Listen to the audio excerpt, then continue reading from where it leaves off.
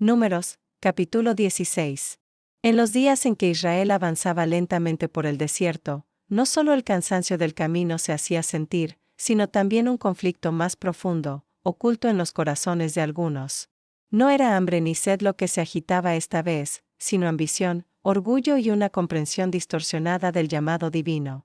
De entre los hombres de Israel surgió una rebelión que no se alzó contra una orden concreta, sino contra la autoridad misma que Dios había establecido. Coré, hijo de Izar, descendiente de Coat, del linaje de Leví, se levantó junto a Datán y Abiram, hijos de Eliab, y On, hijo de Pelet, de la tribu de Rubén. A ellos se unieron 250 hombres de renombre, príncipes de la congregación, hombres conocidos y respetados, convocados habitualmente a las asambleas. No eran personas marginales, sino líderes visibles, cuyas voces tenían peso entre el pueblo. Juntos se presentaron ante Moisés y Aarón, no con humildad, sino con acusación. Les dijeron que ya era suficiente, que toda la congregación era santa, y que el Señor estaba en medio de todos. Preguntaron por qué, entonces, Moisés y Aarón se elevaban sobre el resto del pueblo.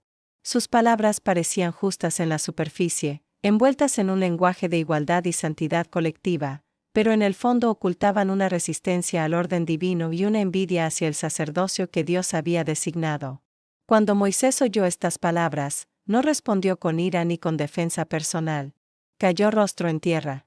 Sabía que el ataque no era solo contra él, sino contra el Señor que lo había llamado. Desde esa postura de humildad, Moisés habló y propuso que Dios mismo resolviera el conflicto. Dijo que al día siguiente el Señor mostraría a quién le pertenecía, quién era santo y a quien había escogido para acercarse a él. Cada uno tomaría su incensario, pondría fuego y ofrecería incienso delante del Señor. El que Dios eligiera, ese sería el verdadero consagrado. Moisés se dirigió especialmente a Coré y a los levitas que lo seguían. Les recordó que ya habían recibido un privilegio enorme, el Dios de Israel los había apartado para servir en el tabernáculo, para acercarse a él y ministrar en favor del pueblo. ¿No les bastaba eso? ¿Buscaban ahora también el sacerdocio? No se estaban rebelando solo contra Aarón, sino contra el Señor mismo. Después Moisés mandó llamar a Datán y Abiram, pero ellos se negaron a acudir. Desde la distancia, lanzaron palabras cargadas de resentimiento. Acusaron a Moisés de haberlo sacado de una tierra que, irónicamente, llamaron tierra que fluía leche y miel, para hacerlos morir en el desierto. Lo acusaron de querer enseñorearse de ellos, de prometer una herencia que nunca había llegado, de cegarlos con falsas esperanzas. Su memoria había distorsionado el pasado. Egipto, la tierra de esclavitud, ahora era presentada como un lugar de abundancia. Estas palabras encendieron la indignación de Moisés, quien clamó al Señor pidiendo que no aceptara sus ofrendas. Declaró que no había tomado ni un solo asno del pueblo ni había hecho daño alguno a nadie. Su liderazgo no había sido motivado por beneficio personal, sino por obediencia. Llegó el día señalado. Coré reunió a toda la congregación frente a la entrada del tabernáculo.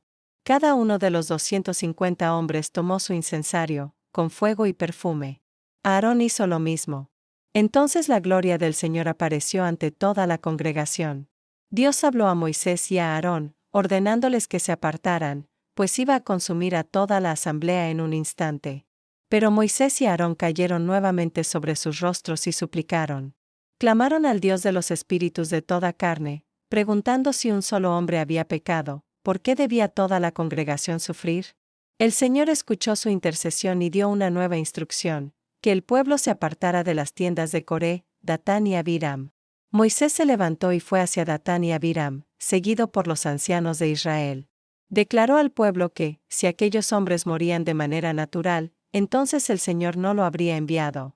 Pero si el Señor hacía algo nuevo, si la tierra abría su boca y los tragaba vivos, entonces todos sabrían que aquellos hombres habían despreciado al Señor. Apenas terminó de hablar, la tierra se abrió bajo los pies de Datán y Abiram. Sus casas, sus familias y todos sus bienes descendieron vivos al abismo. La tierra volvió a cerrarse sobre ellos, y desaparecieron de en medio de la congregación.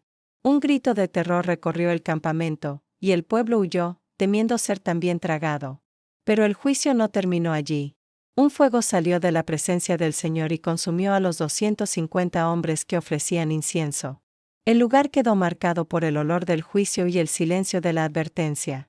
Entonces el Señor habló a Moisés y ordenó que Eleazar, hijo de Aarón, recogiera los incensarios de entre las cenizas, porque habían sido santificados al ser presentados delante del Señor. Los incensarios, hechos de bronce, debían ser martillados y convertidos en una cubierta para el altar, como señal para los hijos de Israel. Serían un recordatorio perpetuo de que ningún extraño, que no fuera del linaje sacerdotal, debía acercarse a ofrecer incienso delante del Señor. Sin embargo, al día siguiente, el corazón del pueblo volvió a rebelarse. Murmuraron contra Moisés y Aarón, acusándolos de haber dado muerte al pueblo del Señor. Mientras la congregación se reunía contra ellos, la nube cubrió el tabernáculo, y la gloria del Señor apareció nuevamente. Dios habló otra vez, ordenando a Moisés y a Aarón que se apartaran, porque iba a consumirlos. Pero Moisés actuó con rapidez.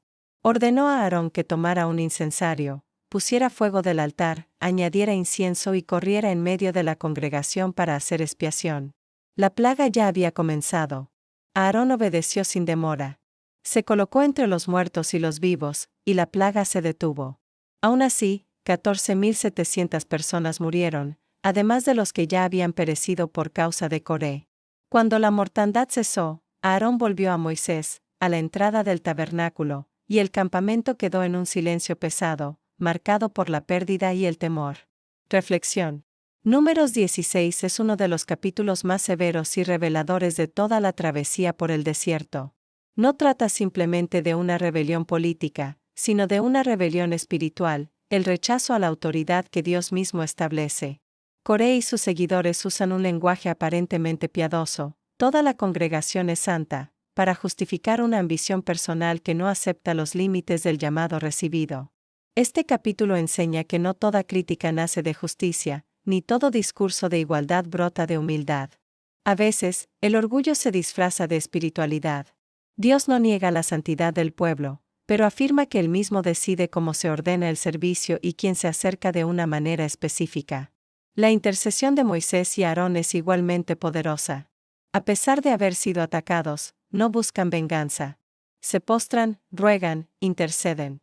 Incluso después del juicio, cuando el pueblo vuelve a acusarlos, Aarón corre con el incienso para detener la plaga.